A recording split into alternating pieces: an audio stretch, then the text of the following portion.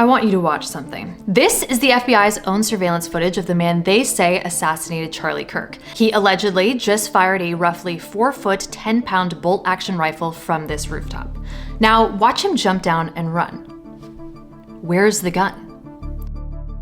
Still don't see it? Neither does anyone else. The FBI has never released footage that clearly shows their suspect carrying the weapon. And somehow, that's not even the biggest problem with this story, because the bullet they pulled from Charlie's neck doesn't match the gun. The confession everyone keeps talking about? Tyler Robinson never confessed to a single person with a badge. Every so-called admission came from one roommate who conveniently destroyed the original evidence before handing over his phone.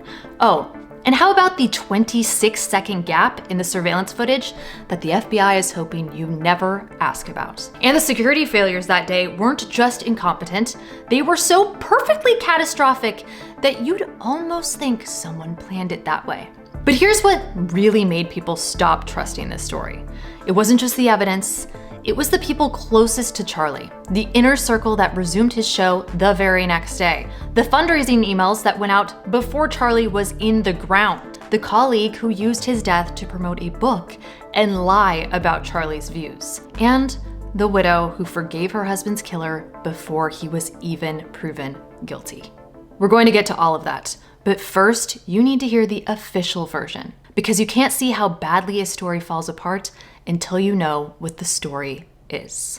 So let me walk you through what the FBI wants you to believe happened. At 12:23 p.m., Tyler Robinson climbed onto a rooftop 142 yards away from Charlie, fired a single shot from his grandfather's vintage Mauser Model 98 hunting rifle, jumped down about 15 feet, fled on foot, and ditched the rifle wrapped in a dark towel in a nearby wooded area. Then, immediately texted his transitioning roommate and romantic partner Lance Twiggs to confess. They say Robinson left behind shoe impressions, a palm print, a forearm imprint, DNA samples, and a screwdriver on the rooftop. His DNA was allegedly found on the rifle trigger, the towel, the fired cartridge casing, and unfired rounds. And they claim he left a pre-written note saying, "I had the opportunity to take out Charlie Kirk, and I'm going to take it." The roommate photographed it before the original was destroyed. They say his father recognized him from the FBI footage, turned him in, and Robinson was arrested within 33 hours. They're seeking the death penalty, and FBI Director Kash Patel called it a success story of rapid transparency and public collaboration. But here's the problem. None of it holds up under scrutiny. In late March 2026, Robinson's defense filed court documents revealing that the ATF was unable to identify the bullet recovered at autopsy to the rifle allegedly tied to Mr. Robinson. So the result was inconclusive, meaning they cannot definitively say that the bullet fragment came from Tyler Robinson's gun or not. The ballistics evidence, the cornerstone of the entire case, doesn't match. The report claims that the bullet fragment was too damaged from hitting bone to show clear rifling marks. But here's where it gets really desperate, honestly. According to the March 27th defense filing, because the ATF's microscopic ballistic comparison failed, the FBI is now planning to conduct their own independent analysis. And guess what tests they're planning to use? Compositional bullet lead analysis, which is a forensic technique that the FBI itself officially discontinued in 2005 because it was scientifically unreliable and contributed to wrongful convictions. Okay, let me say that again. They're resurrecting a test they abandoned 21 years ago because the National Academy of Science concluded it was flawed and misleading. Bullets from completely different manufacturing batches could have nearly identical compositions, leading to false matches. And the FBI acknowledged in 2005 that the science didn't support how prosecutors were presenting this evidence in court. But now that the ATF's modern ballistics test came back inconclusive, suddenly this discredited method is good enough again. This makes it clear that the FBI will make this match one way or another. So, When the science doesn't support your case, just change the science, right? And if you're just now realizing how deep this goes, hit subscribe and like this video because we're about to go even deeper. But here's what they're really hoping you won't understand, okay? The spent shell casing did match the rifle's firing pin marks. And they're acting like this proves Tyler shot Charlie. It doesn't. They're making a big deal about the spent shell casing found with the rifle, right? See, it matches the firing pin. One shot fired, one bullet hit Charlie, case closed. But that does not prove that Tyler Robinson shot Charlie Kirk with that rifle. All it proves is that Tyler's rifle fired one bullet at some point in time. Could have been a week before Charlie's assassination. Could have been the day before. Could have been an hour before Charlie's shooting at a completely different location. Then someone could have, say, taken the rifle with the spent casing still in the chamber and used it to frame Tyler after Charlie was killed by a completely different weapon. So the spent casing doesn't prove Tyler shot Charlie Kirk. It proves Tyler's rifle was fired once at some unknown time and place. That's it. And so this evidence, right, it sounds really damning in a press conference, but it falls apart under actual scrutiny. But okay, maybe you're thinking, fine, the casing alone isn't proof, but surely they can at least prove the shot came from the rooftop, right? No, they can't. There's no evidence of gunshot residue on the rooftop. No acoustic analysis proving the shot originated from that exact spot, and there's no gunshot residue analysis from Tyler's hands when he was arrested 33 hours later. Because while they claim to have found Tyler's shoe impressions, a palm print, a forearm imprint, DNA samples, and a screwdriver on the rooftop, there is no evidence tying the gun to the roof, meaning they either did not do any testing for residue on the roof, or they did do the testing and they are not sharing the results with the public. And both of those options seem rather suspicious to me. Many people are asking, where's the detailed trajectory analysis proving the bullet's path from that specific rooftop position to Charlie's neck? Because multiple eyewitnesses describe the shot coming from a different direction than the official rooftop. A lot of us were there. I think we're the greatest witnesses. I was kind of right in the middle, only to the side of Charlie. Well, Yeah. I thought the shot came. No, I don't think so. That's Okay. what, Thank you. Yeah. Thank you. Appreciate it. But the FBI has never acknowledged these claims. And when you point all of this out, well, their answer is Tyler's DNA. So let's talk about that. They keep hammering on about Tyler's fingerprints and DNA all over the gun, right? Well, of course they're there. It's his gun, his grandfather's rifle that he'd handled countless times. If someone broke into my house, stole my gun, committed a murder, then dumped it wrapped in my towel, my DNA imprints would be all over it too. That doesn't make me the murderer. The question isn't whether this was Tyler's gun or whether he'd ever held it. We already know that. The question is whether Tyler Robinson shot Charlie Kirk in the neck with that gun from the roof of the UVU building on September 10th at 12:23:08. And so far, we have zero direct forensic evidence proving that. But it actually gets worse, because even if you ignore everything I just said, right? The inconclusive ballistics, the meaningless casing, the DNA on his own gun, the bullet itself doesn't make sense. Yes, the biggest hole in the story, ironically, is the FBI's smoking gun. Snipers and hunters immediately debunked the .30-06 hunting round, saying it should have caused catastrophic damage, okay? Like a large exit wound, severe tissue disruption, essentially claiming it would have been a far more gruesome scene. Many experts recreated the shot using the same distance, same gun type, same ammunition. Here's another look at the devastation of the .30-06 from 200 yards away. It's just no way we can believe the narrative that they're telling us. In between the pork shoulders, I have a beef femur bone. All right, same bullet, 150 grain .30-06.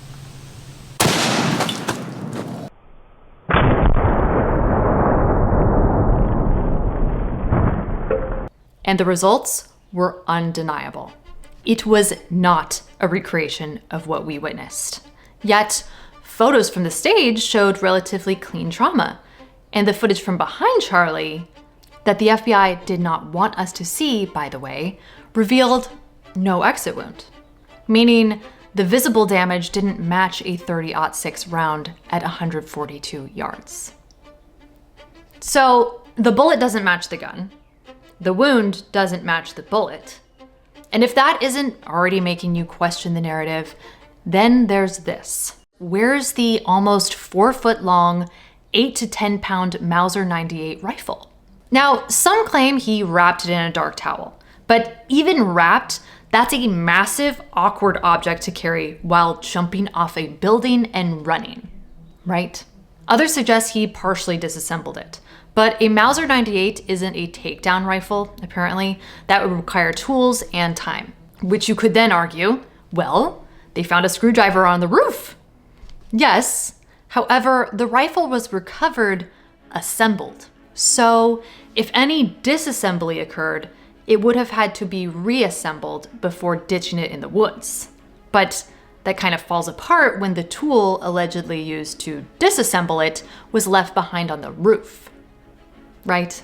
Okay, so maybe we just can't see the gun, or it's disassembled during the FBI rooftop footage. But what about the missing footage? People immediately began questioning this footage, because the footage begins when the alleged shooter is already running, over 20 seconds after the shot.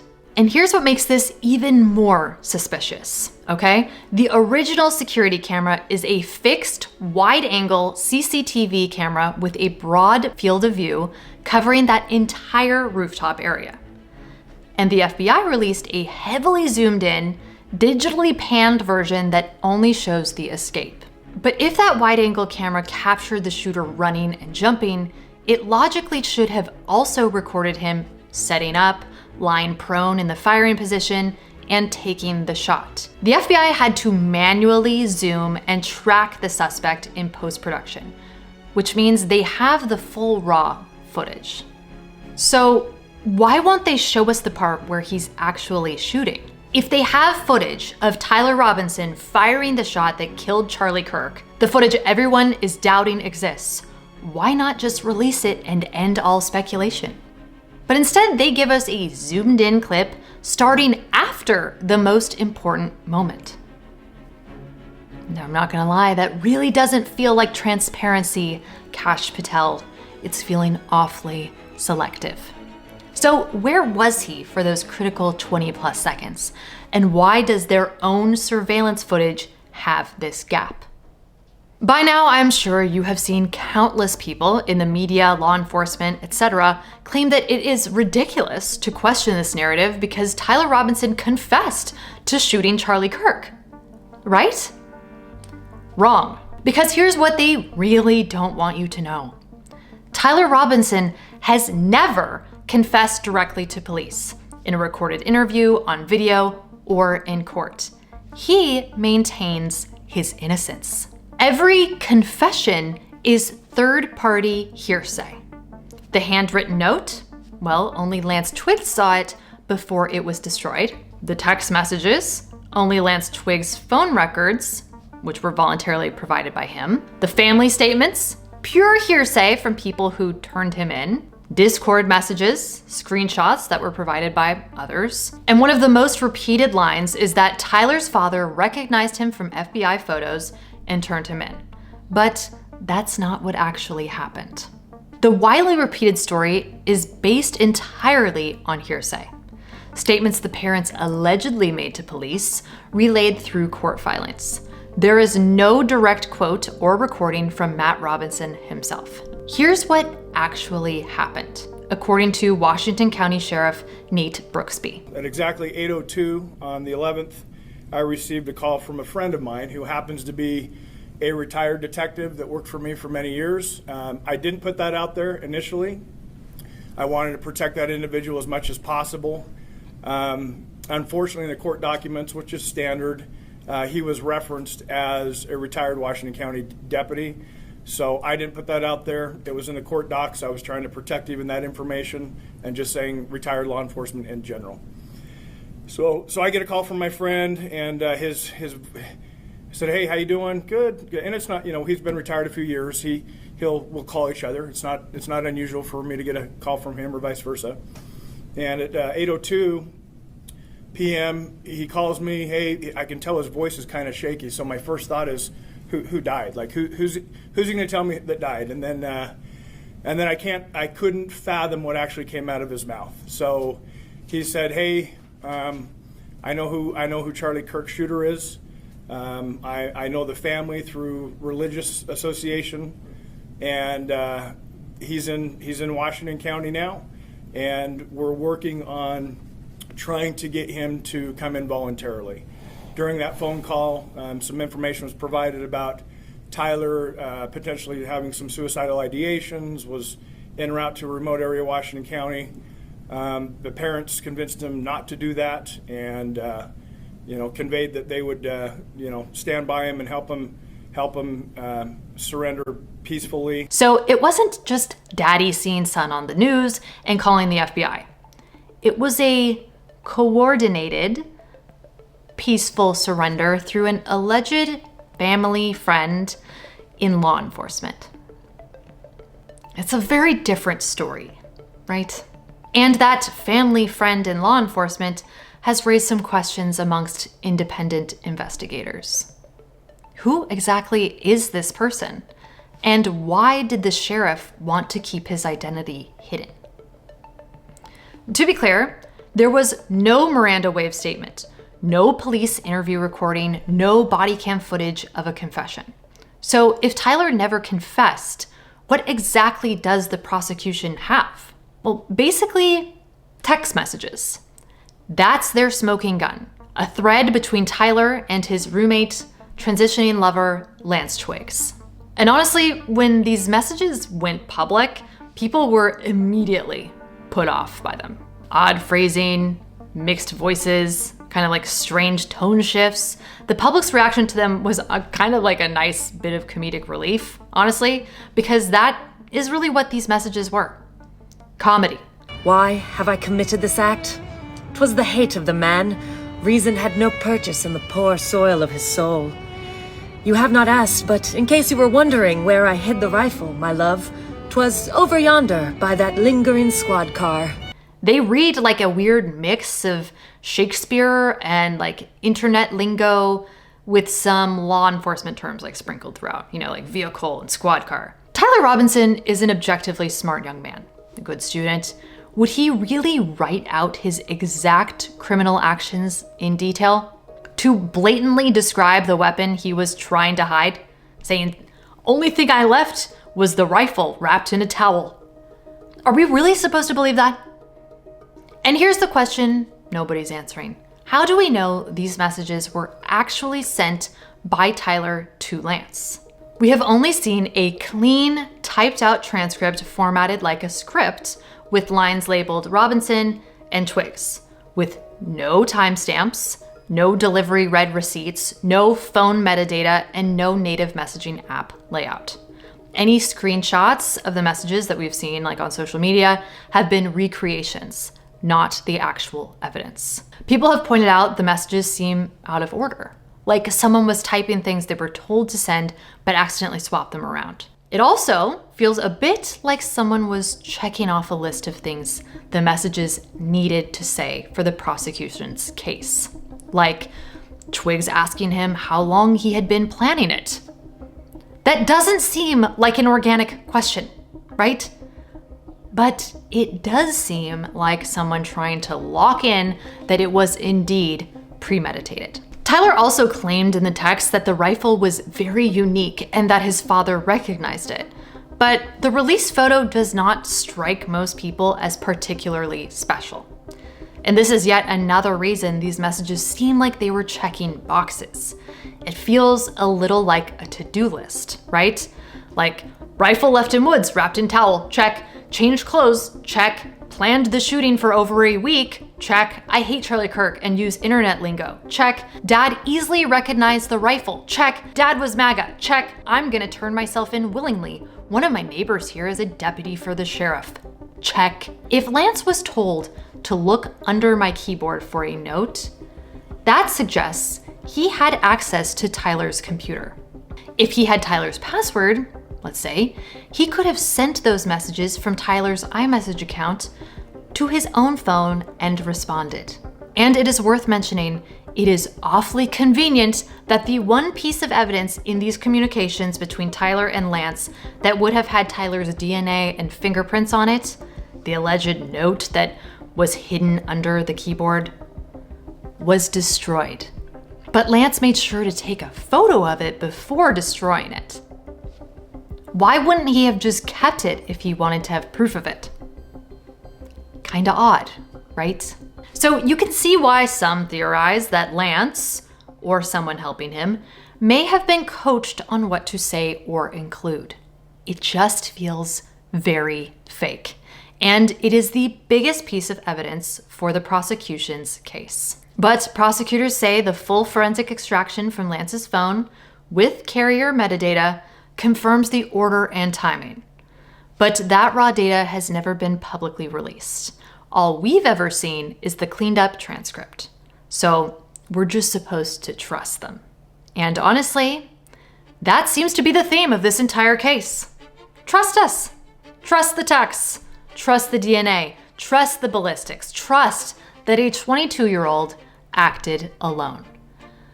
But it's really hard to trust the lone shooter narrative when there were not one, but two decoys at the scene that the FBI would really love for you to forget about. Within minutes of the shooting, George Zinn, decoy number 1, approached an officer yelling, "I shot him, now shoot me!" Do you remember? He was that old man we saw being dragged away with his pants falling down. Yeah, immediately suspicious. Well, he was taken to a hospital where police discovered over 20 images of CSAM on his phone. He later said he falsely confessed to help the real shooter escape, but some hospital sources reportedly told Candace Owens that he mentioned being paid to create the distraction.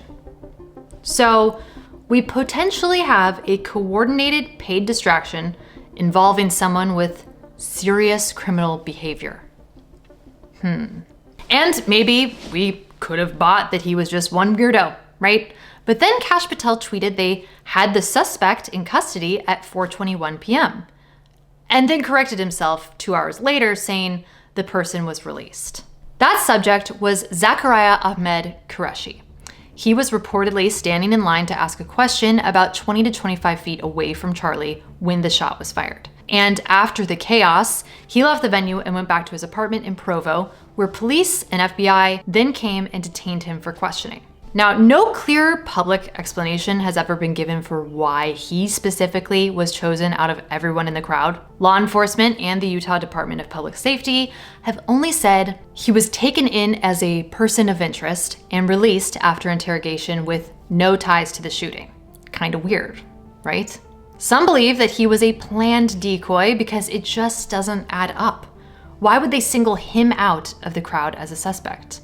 While this could be written off as just another massive mistake by Kash Patel, many see this as another distraction because claiming to have the suspect would inherently slow the active manhunt, buying time for the real shooter to escape. And the security failures were so beyond incompetent that it is not hard to believe they must have been coordinated. Brian Harpole, head of Charlie's security, revealed they were explicitly banned from using drones for overhead sweeps due to FAA restrictions near Provo Airport and campus rules. I spent thousands of dollars on drones last year and got the guy's license. But if the area lies in the Provo, Utah airspace, I can't fly it. That's a 107B. We can't break the rules. Right? And then you had secondary restrictions, probably due to heavy foot traffic for the school, but I can't go in and break the rules. There's laws for a reason. And so now the school could have flown drones, the PD, but they didn't have them. But Frank Turek, Charlie's mentor, who was with him that day, said Charlie was looking at drone footage on his phone showing the crowd building up when they were on their way to the venue. Way in, we had drone footage of the crowd building, and Charlie had it on his phone. I said, Charlie, I don't like this place. There are too many buildings. Charlie just kind of brushed it off because, look, we have a security team, and he wasn't going to cancel an event. And as far as we knew, the university police were there and they would scout out the place. So they could use drones for social media, but not security? At an outdoor event surrounded by tall buildings with exposed rooftops? Now, watch this clip of Brian Harpole explaining his coordination with UVU police. Does this sound like the police confirmed they would be handling it? Or does this sound like a loose end that nobody actually secured? On Monday before, this correspondence went to Chief Long. Hello, Chief Long. We received this message today from the student group. There is a student roof access pretty close to where CK will be set up at the Utah Valley. The Sorensen Center has a couple of staircases that go up to walkways on the roofs. And he comes back and he says, you want access to the roof? And came back and said, I was told students have access above us. If this is true, it would be nice to either have it controlled access or allow one of my guys to be there as well if possible. He comes back and his last correspondence was, I got you covered.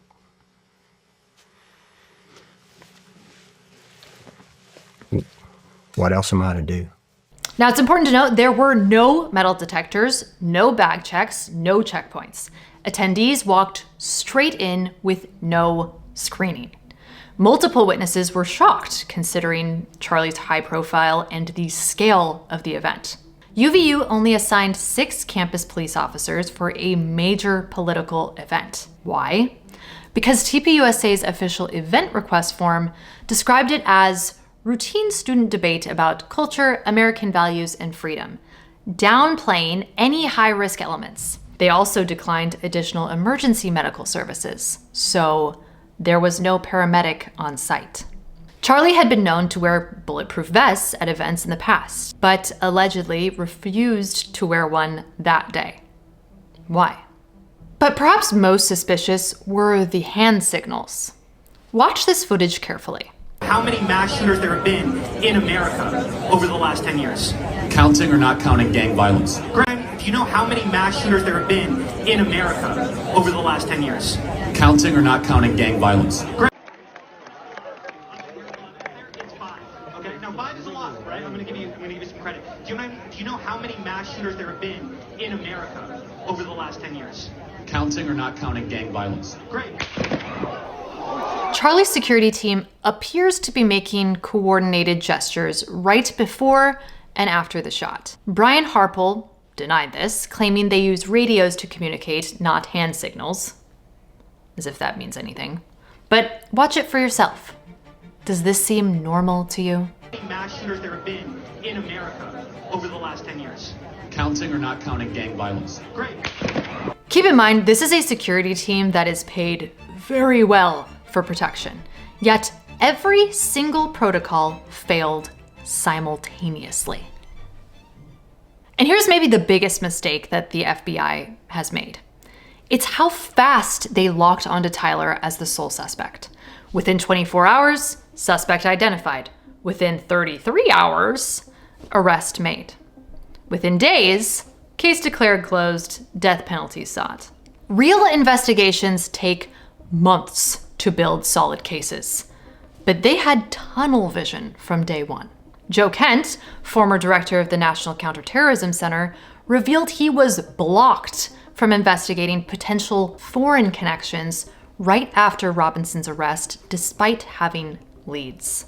Kent has gone public saying he'd be willing to testify on behalf of the defense, if called, even if it helps Robinson, because there was still a lot for us to look into.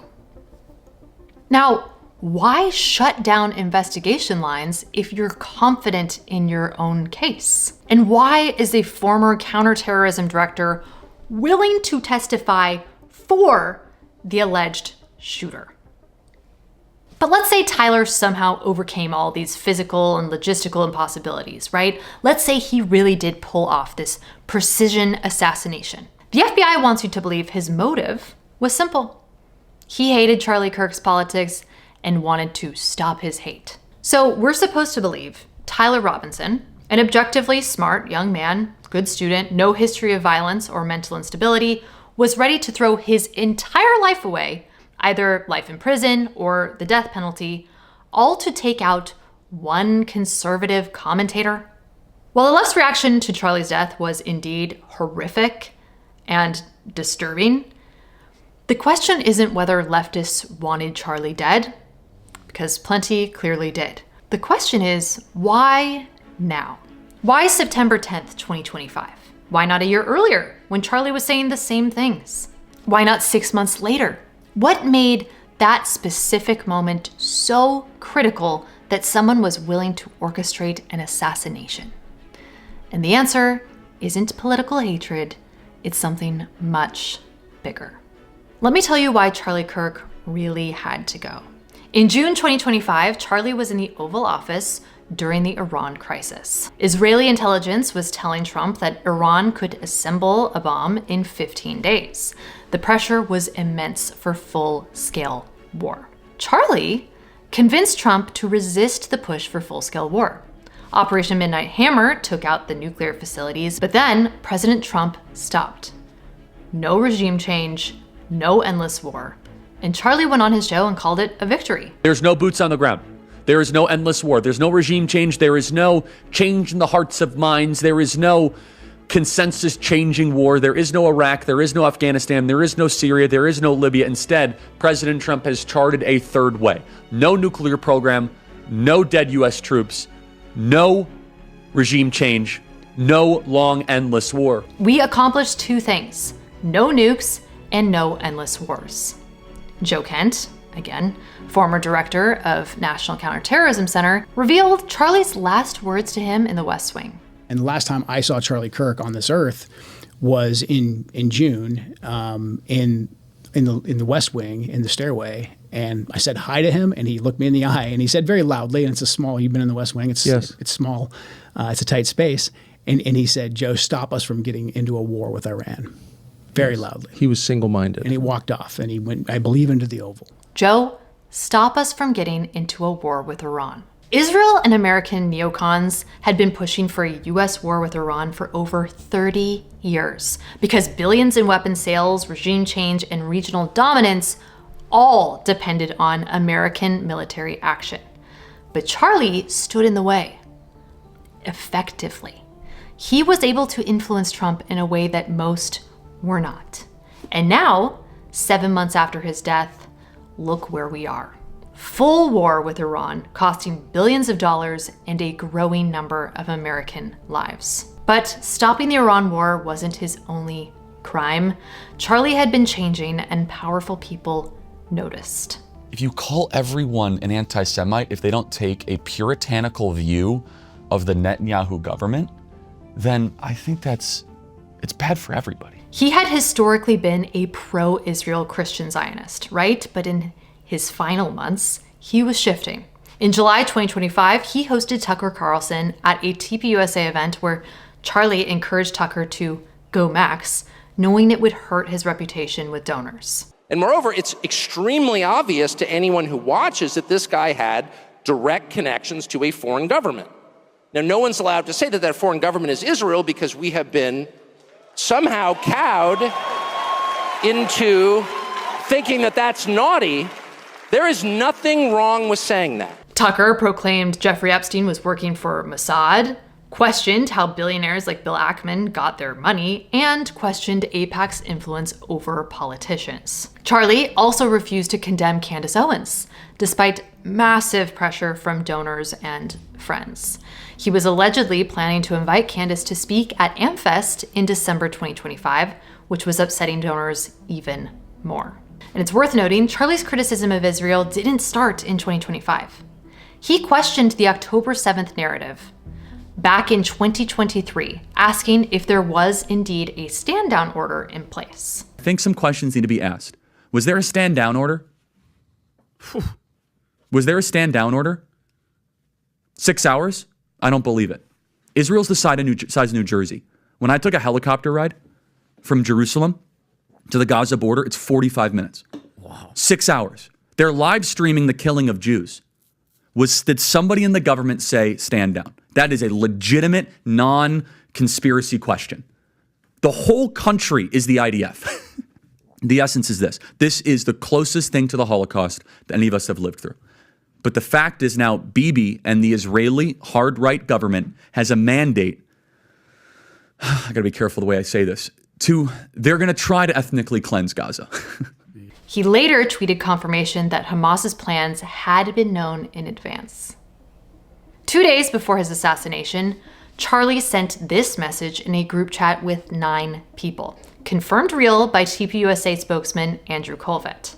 Just lost another huge Jewish donor. $2 million a year because we won't cancel Tucker. I'm thinking of inviting Candace. Jewish donors play into all these stereotypes. I cannot and will not be bullied like this, leaving me no choice but to leave the pro-Israel cause. $2 million per year from one donor, but it gets bigger.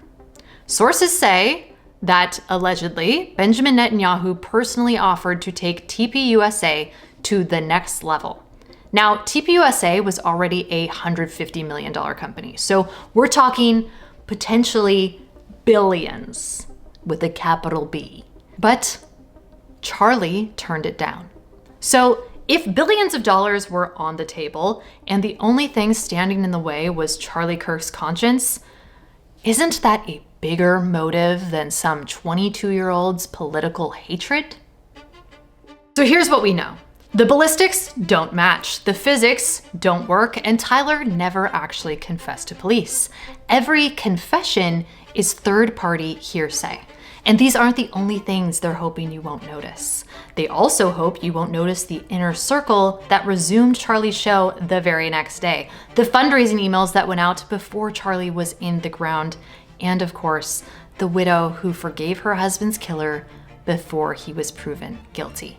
They want us to accept their narrative and to just move on, to stop asking questions, to trust the same institutions that have lied to us for decades, to buy the left versus right narrative that they spoon-fed us. But we're not going to do that. Charlie's public execution woke something up in many people, and I am one of them. And even though most of the public doesn't have the time or energy to meticulously follow along with the countless independent investigations, I do. And I have been watching very closely. And in my next video, I'm going to show you the pattern of coordinated lies, suspicious behavior, and the people who benefited most from his silence. If this video helped you understand the holes in the FBI narrative, please like it and share it, and make sure to subscribe because in the next video, we're going even deeper. The truth about who killed Charlie Kirk will come out, and it's going to change everything. And let me tell you, my pattern recognition over the last 5 years has become pretty sharp. COVID, Maui fires, Epstein. When I see a story and it doesn't click, our guts are usually right. Thanks for watching.